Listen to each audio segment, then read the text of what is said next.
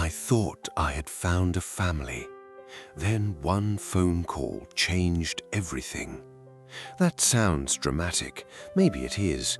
But if you've ever spent years believing you didn't belong anywhere, only to finally find a place that felt like home, then you'll understand why I still remember that phone call so clearly. My name is Daniel Brooks, and 2 years after I almost stole a $3.49 loaf of bread, I was happier than I ever thought possible. The bakery was thriving. We had expanded the coffee area, added more tables, hired 2 employees. The delivery service had become so popular that we were talking about buying a second van. Every morning I unlocked the front door before sunrise. Every morning Helen was already there, always, coffee in one hand, an apron tied around her waist, and the same smile that had changed my life. Sometimes customers would point to the framed receipt hanging near the entrance, $3.49. Then they would ask why we kept such a strange thing on display. Helen and I always looked at each other and smiled, because that receipt wasn't really about bread. It was about second chances, and for the first time in a very long time, I felt like I had one. Then Robert showed up. The first thing I noticed about him was his suit. The second was his smile, the kind of smile that never reached the eyes. He walked into the bakery on a rainy Thursday afternoon. Helen's expression changed immediately. "Robert." The man nodded. "Robert." I looked back and forth between them. Neither looked happy, not even a little. Later that night, after closing, Helen finally explained. Robert was her younger brother. They hadn't spoken much in years. After their parents died, they inherited several properties. Robert wanted to sell everything. Helen wanted to keep the bakery. Neither changed their mind, and eventually they stopped talking. Until now. 3 days later, he came back, this time carrying paperwork. "I have an offer," he announced. Helen didn't even look up from the counter. "No." "You haven't heard it?" "No." Robert sighed dramatically. "A restaurant chain wants this building." The bakery suddenly felt smaller. "They are offering enough money for you to retire comfortably." Helen folded her arms. "I'm not interested." Robert glanced around the room, at the tables, the customers, the framed receipt. Then his eyes landed on me. "And what about him?" I knew exactly what he meant. A stranger, an outsider, someone who walked into their lives by accident. Robert continued. "How long before he disappears too?" The room went silent. Helen's voice became cold. "Longer than you stayed." Robert left, but the tension didn't. For weeks he kept returning, always talking about money, always talking about selling, always talking about the future, as if the bakery were just another building, as if memories could be measured in dollars. Then one morning something happened that frightened me far more than Robert ever could. Helen didn't show up. At first I thought she was running late, then 10 minutes passed, then 20. Helen was never late, never. I called her phone, no answer. Something felt wrong, very wrong. I grabbed my keys and drove straight to her house. The front door was unlocked. "Helen."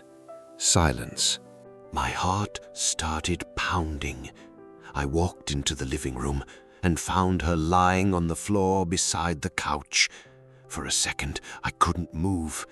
The woman who had once seemed stronger than anyone I knew suddenly looked fragile, small, human. "Helen!" Her eyes opened slightly.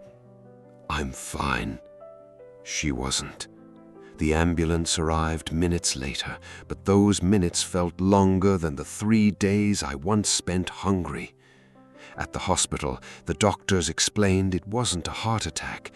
Exhaustion, stress, dangerously high blood pressure. She needed rest, real rest. As I sat beside her hospital bed that night, something hit me harder than I expected.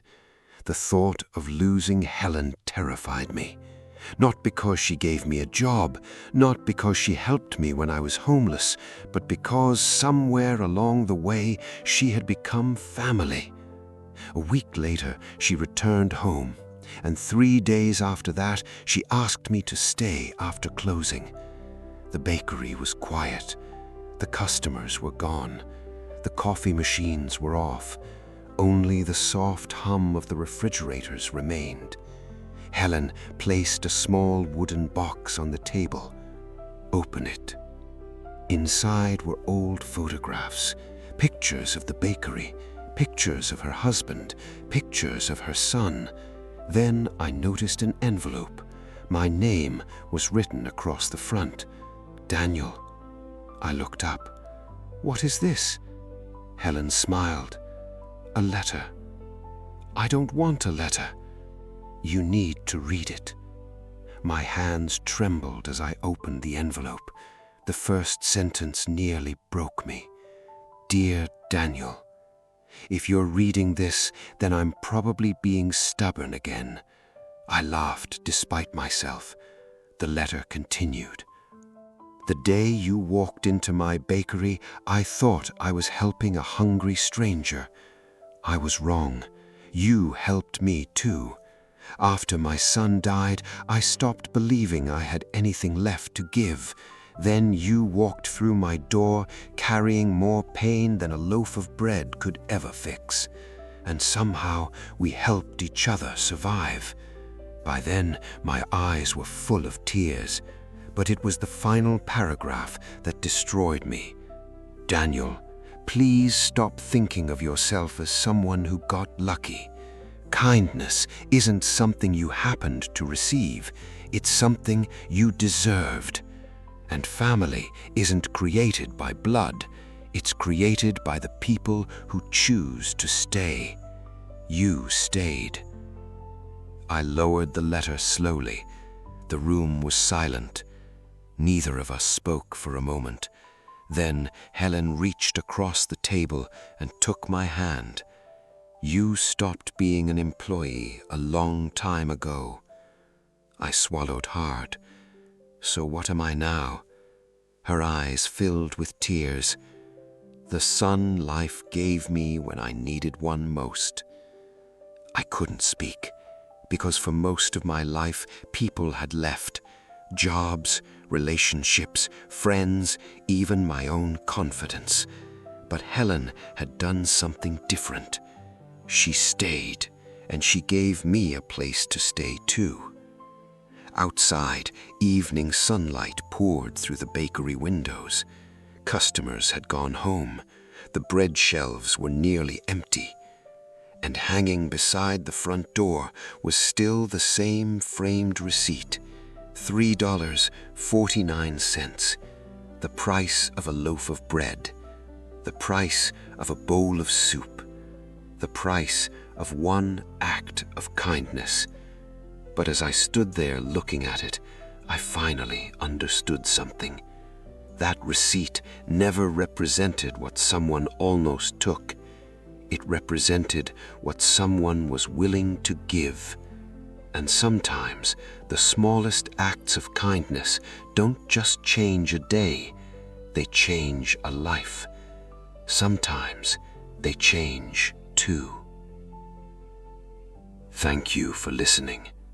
And remember this, you never know what someone is carrying when they walk through a door.